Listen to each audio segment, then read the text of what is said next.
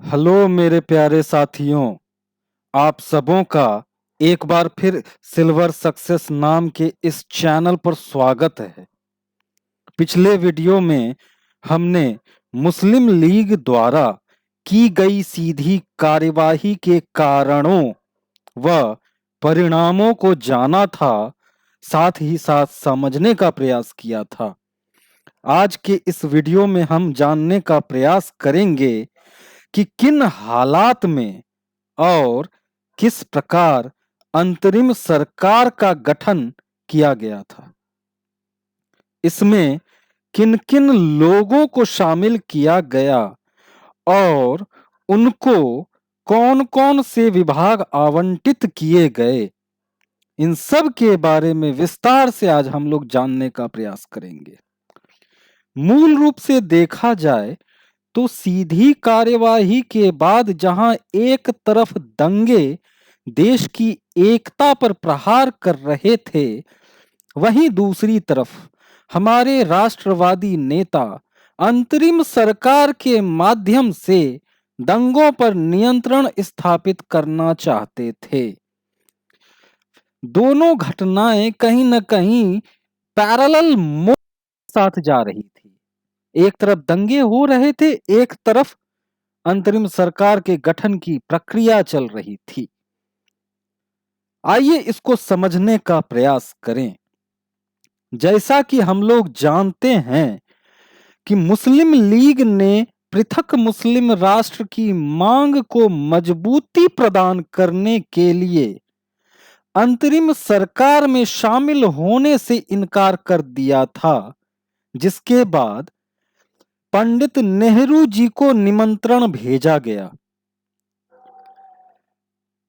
पंडित नेहरू ने कांग्रेस की तरफ से अपनी सहमति दे दी। हालांकि उन्होंने जिन्ना का भी सहयोग प्राप्त करने का प्रयास किया, जिसका कोई परिणाम नहीं निकला। मुस्लिम लीग अपने एकमात्र एजेंडे पर अड़ी रही कि पृथक मुस्लिम राष्ट्र पाकिस्तान चाहिए, इसलिए कोई परिणाम नहीं निकला। अंत में नेहरू जी के नेतृत्व में 12 सदस्यीय अंतरिम सरकार का गठन किया गया।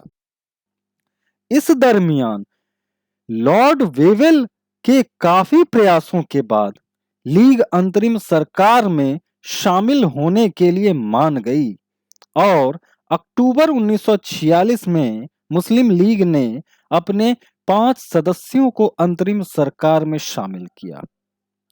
इसके पीछे के लॉजिक को समझने का प्रयास करें।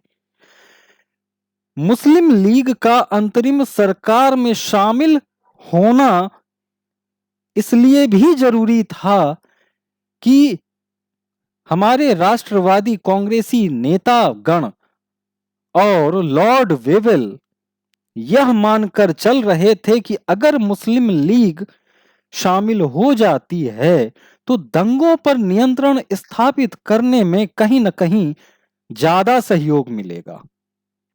बस यही एक कारण था कि लीग को अंतरिम सरकार में शामिल किए जाने के इतने प्रयास किए गए। और दूसरा कारण था कि कहीं न कहीं इससे भारत विभाजन की समस्या कहीं न कहीं जड़ से समाप्त हो जाती, ऐसा मानना था।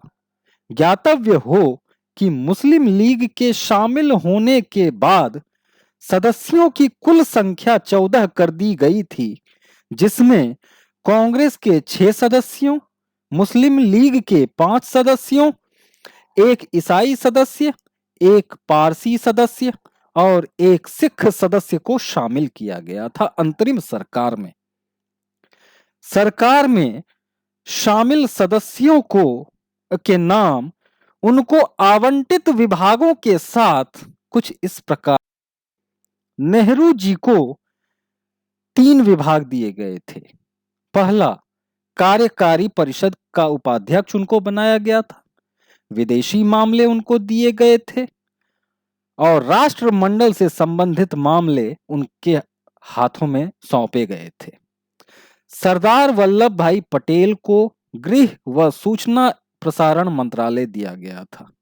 बलदेव सिंह जी को रक्षा, जॉन मथाई जी को उद्योग व आपूर्ति विभाग, सी राजगोपालाचारी को शिक्षा विभाग, सी एच भाभा को कार्य, खनन और बंदरगाह नामक विभाग दिए गए थे। वहीं दूसरी ओर राजेंद्र प्रसाद को खाद्य तथा कृषि विभाग, आसफ अली जी को रेलवे और जगजीवन राम को श्रम विभाग दिया गया था। मंत्रिमंडल में मुस्लिम लीग के 5 सदस्य शामिल किए गए थे। लियाकत अली जी को वित्त मंत्रालय, आई चुंदरी गर्ग को वाणिज्य मंत्रालय, अब्दुल रब नश्तर को संचार मंत्रालय, जोगेंद्र नाथ मंडल को विधि विभाग, गजांतर अली खां को स्वास्थ्य मंत्रालय दिया गया था। शामिल होने के बाद से ही मुस्लिम लीग का मूल उद्देश्य पाकिस्तान की मांग को सुदृढ़ बनाने के साथ साथ शासकीय कार्यों तथा देश की प्रगति में बाधा डालना था। और शायद यही कारण था कि अंतरिम सरकार एक प्रभावहीन संस्था सिद्ध हुई। अगले अध्याय में हम लोग कुछ नया सीखने का प्रयास करेंगे। तब तक के लिए